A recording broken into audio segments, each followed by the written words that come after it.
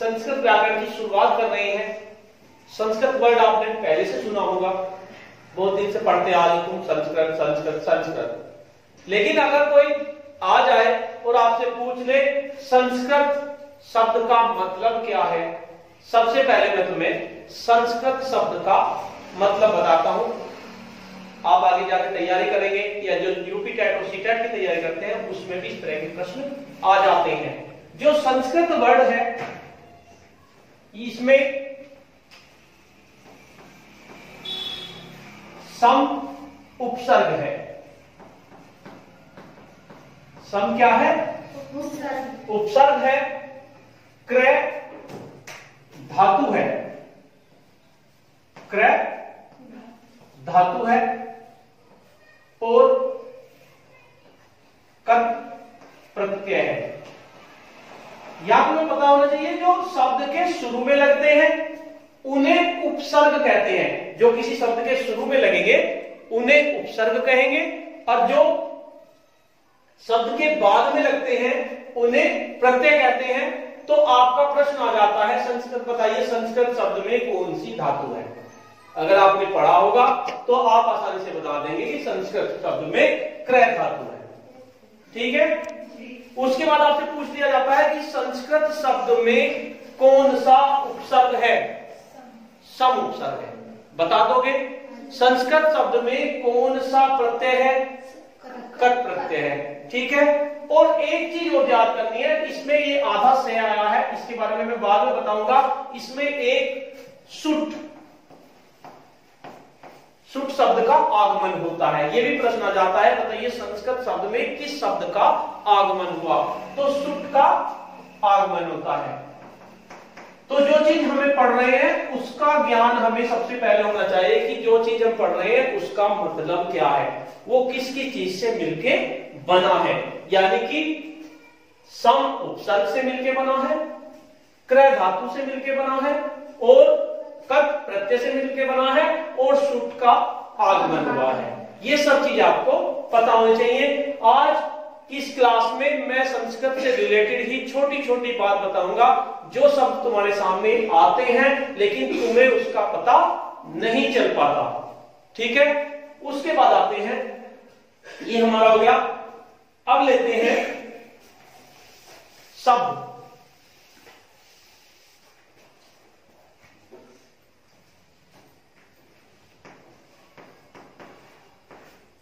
जब आप संस्कृत की किताब खोल के देखोगे तो आपको कहीं पर दो तरह के शब्द लिखे हुए मिलेंगे। दो तरह के शब्द मिलेंगे, या तो कहीं पर लिखा होगा अजंत और कहीं पर लिखा होगा हलंत। कहीं पर अजंत लिखा होगा, कहीं पर हलंत लिखा होगा। हमें पता होना चाहिए अजंत किसे कहते हैं और हलंत किसे कहते हैं। जब हम अजंत और हलंत को पढ़ते हैं हमें मतलब पता नहीं होता, हमारे सर में दर्द हो जाता है कि ये क्या चीज है। अजंत का मतलब है, हमने महेश्वर सूत्र पढ़े थे, उसमें 1 से लेकर 4 तक के जो महेश्वर सूत्र थे उनके प्रत्याहार का नाम क्या था? अच। क्या नाम था? अच। और जो 5 से 14 तक पढ़े थे उनके प्रत्याहार का नाम क्या था? हल। अच और हल। तो अजंत का दूसरा, अच किसे कहते हैं? स्वर को। तो अजंत का दूसरा नाम है स्वरांत और इसका व्यंजनांत।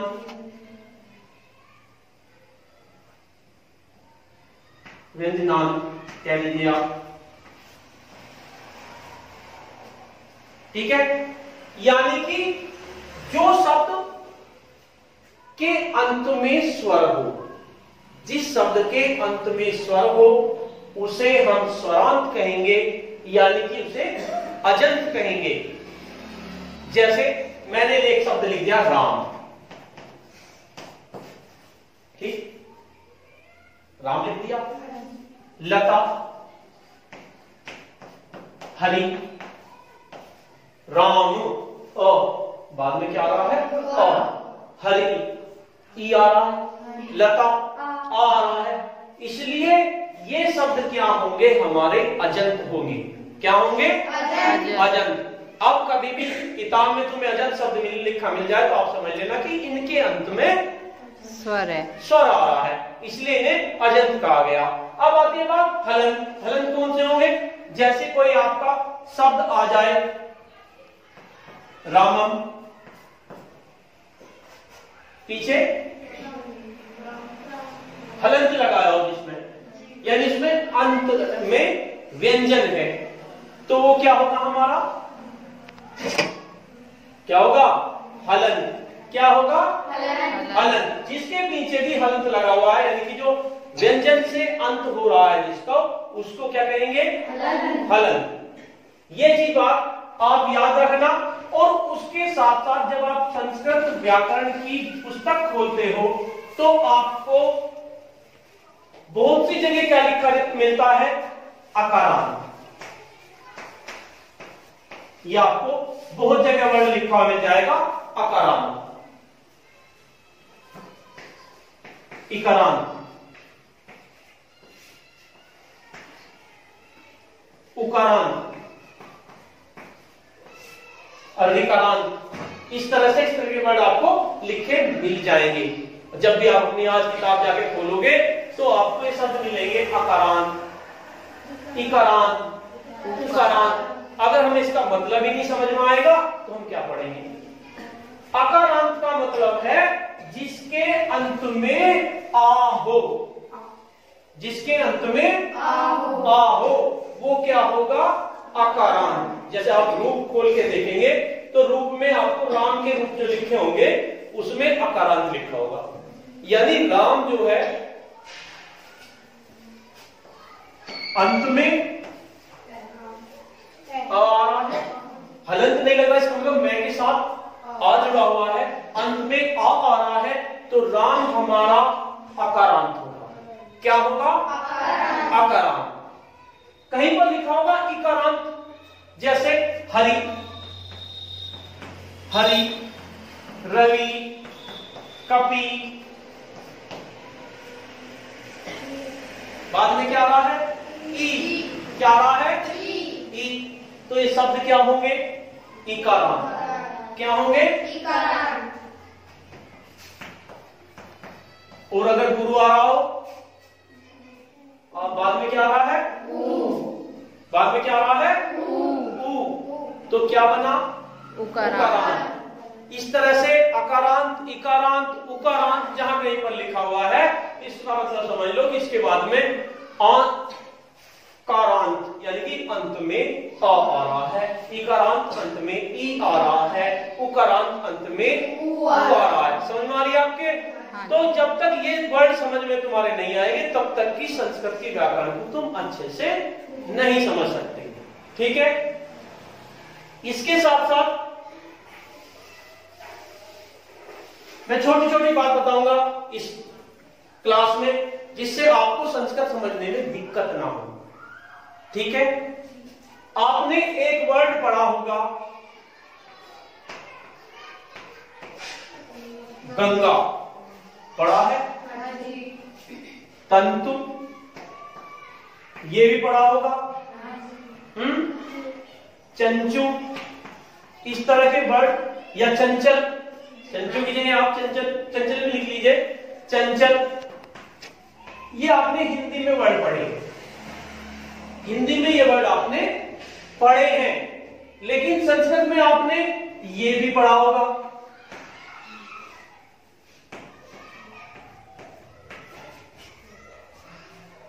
गंगा। अब ये लिखा कैसे जाता है, क्यों लिख दिया ये बात समझनी है कि गंगा को इस तरह से संस्कृत में क्यों लिखा गया।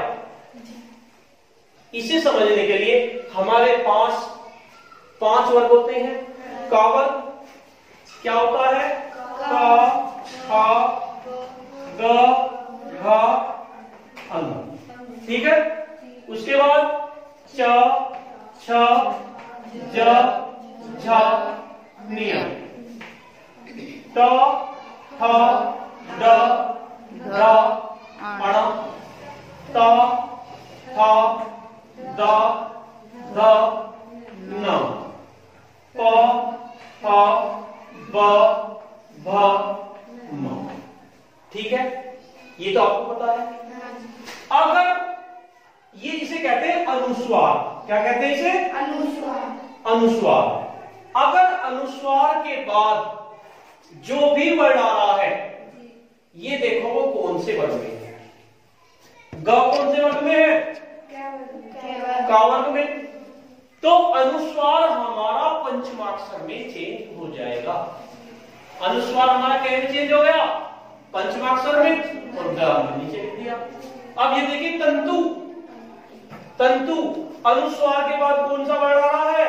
त। और ता वर्ग में लास्ट वाला वर्ड कौन सा है? पंचमाक्षर न। तो अनुस्वार हमारा न में चेंज हो जाएगा। हम इसे लिख देंगे तंतु। ठीक है। चंचू कौन सा वर्ड आ रहा है? च। तो अनुस्वार किस चीज में चेंज होगा? बताओ। नियम में। किस में चेंज हो जाएगा? नियम में। आप इसे ऐसे लिख सकते हैं चंचू। ठीक है, आपने पढ़ा होगा चंचल, च, और यहां पे निया जाएगा चल। तो ये वर्ड ध्यान देने वाली चीज है कि इस तरह के अगर आपको लिख रहे हैं, तंतु को ऐसे भी लिख रहे हैं, ऐसे भी लिख रहे हैं, तो आपको पता होना चाहिए संस्कृत में तंतु ऐसे होता है, हिंदी में ऐसे होता है, और संस्कृत में हमने ऐसे किया। अगर आपसे पूछ लिया न क्यों आया, यहां पर अंगा क्यों नहीं आया, या यहां पर न्या क्यों आया, यहां पे न क्यों नहीं आया, तो आप बता देंगे अनुस्वार के बाद का वर्ड देखेंगे, और वो जिस ग्रुप का है उसके पंचमाक्षर में चेंज हो जाएगा। ध्यान रहेगा, ये मोस्ट इंपोर्टेंट बात है जो आपको याद रखनी है। उसके बाद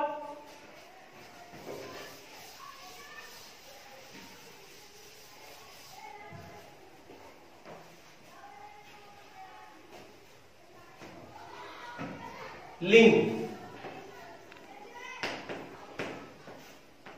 जब हम हिंदी में लिंग पढ़ते हैं तो हम पढ़ते हैं स्त्रीलिंग और पुल्लिंग, यानी कि महिला और पुरुष। लेकिन संस्कृत में लिंग भी 3 होते हैं, पहले पुल्लिंग, फिर स्त्रीलिंग, फिर नपुंसकलिंग। यह भी आपको याद रखना है। हिंदी में और संस्कृत में क्या डिफरेंस है? इसमें 3 तरह के लिंग होंगे, पुल्लिंग, स्त्रीलिंग और नपुंसकलिंग।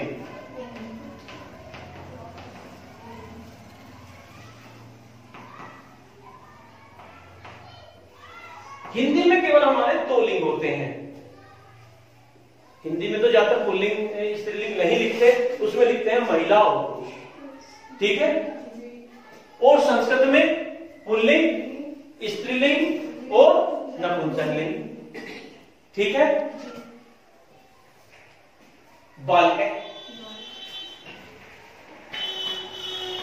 बालिका, बालिका होगा ना, और लड़की को क्या कहेंगे? बालिका।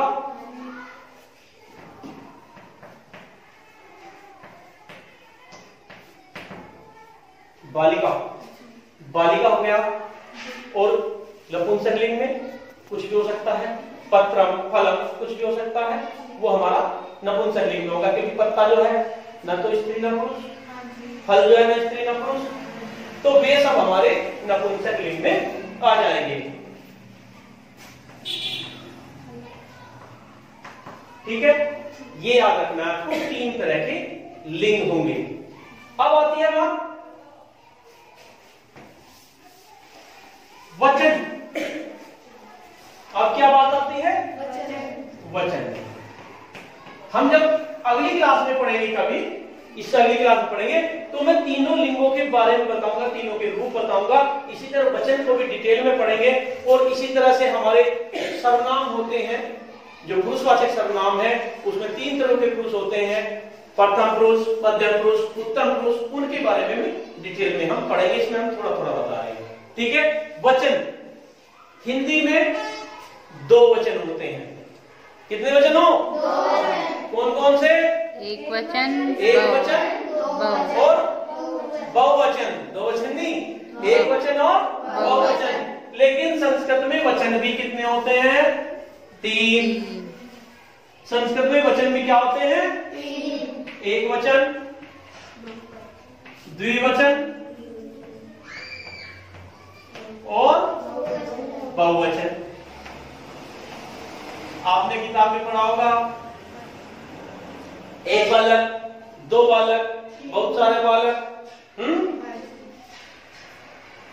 बालक, बालक, बालकों, बालका, इस तरह से होता है ना।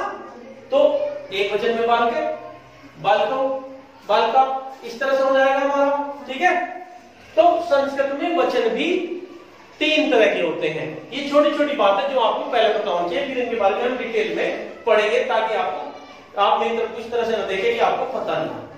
ठीक है, सर्वनाम, पुरुषवाचक सर्वनाम जो होते हैं वे भी 3 तरह के होंगे।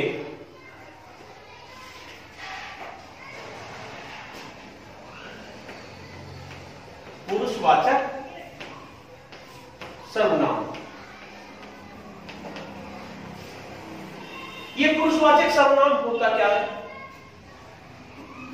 जिस शब्द का प्रयोग वक्ता अपने लिए करे, जैसे मैं हूं, मैं वक्ता हूं, मैं तुम्हारे लिए करूं, या अपने लिए करूं, या बाहर कोई दूर हो उसके लिए करें, उसे कहेंगे हम पुरुषवाचक सर्वनाम। ठीक है, पुरुषवाचक सर्वनाम 3 तरह के होंगे।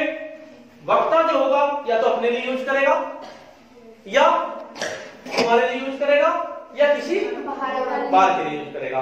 तो पुरुषवाचक सर्वनाम जो है हमारे 3 तरह के होंगे।